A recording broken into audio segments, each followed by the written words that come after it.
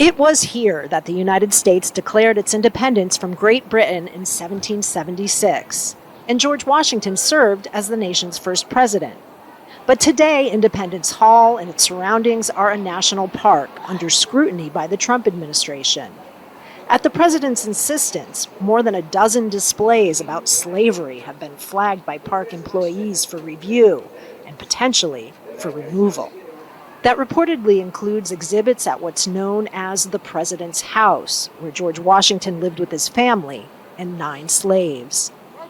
This is the actual foundation. When the Holmes Foundation was unearthed just over a decade ago, Michael Cord led local efforts to include the story of Washington's slaves in the exhibit.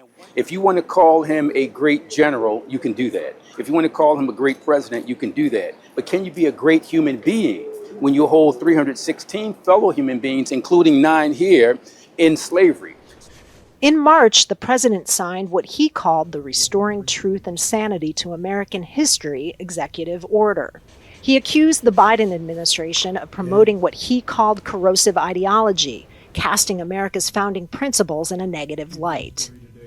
The exhibits are coming under review as the United States prepares to celebrate its 250th anniversary with a massive 4th of July celebration right here in Philadelphia. President Trump says his executive order is about restoring national pride, but critics say it's an attempt to whitewash history.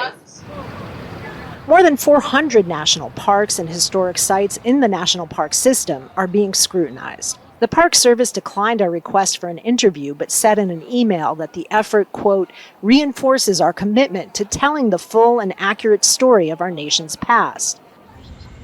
Alan Spears sees it differently. He works for the National Parks Conservation Association. People may want to pass this off as being just an effort to right-size historic preservation in this country, to maybe take a poke at the woke culture that's here. It's not that. This is a direct effort to sanitize and rewrite American history. Americans we spoke with say they can handle the truth. It's part of our American history, and he wants to change history. I think it should be portrayed for what it really was, and don't try to change anything to be anything that to appease anybody. But whose version of the truth will be told remains to be seen. The administration has set September 17th as the deadline to remove, quote, inappropriate content. Kristen, Saloomey, Al Jazeera, Philadelphia, Pennsylvania. Don't miss out. Get the full picture. Subscribe to Al Jazeera for reliable news, expert insight. Like, share, stay ahead.